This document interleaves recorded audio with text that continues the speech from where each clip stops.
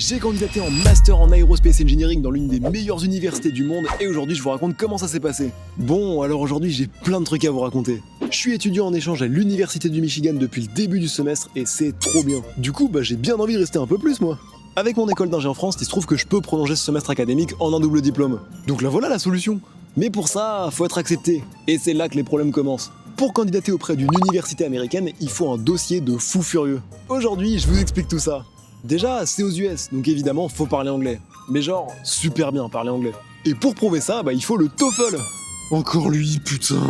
Bon, en vrai, pour moi, ça devrait aller, parce que comme je suis déjà étudiant ici, je serais peut-être dispensé. Et si je peux éviter de me retaper cet examen de l'enfer, je vais pas m'en priver. Ensuite, évidemment, faut des bonnes notes. Pour prouver ça, faut fournir ses bulletins des années passées, et surtout, faut les traduire. Alors autant traduire les noms de matières en anglais, ça va, mais il faut aussi traduire les notes. Et puis aux US, c'est un bazar, ils notent en lettres, en nombres, en pourcentage. Ah mais je vous le dis, c'est la jungle. Après ça, on s'attaque au Statement of Purpose, donc pour la faire courte, c'est 2 lettres de motivation à rédiger. Une qui explique que vous êtes un beau gosse qui a des notes de zinzin, et une deuxième qui explique comment vous êtes devenu un beau gosse qui a des notes de zinzin.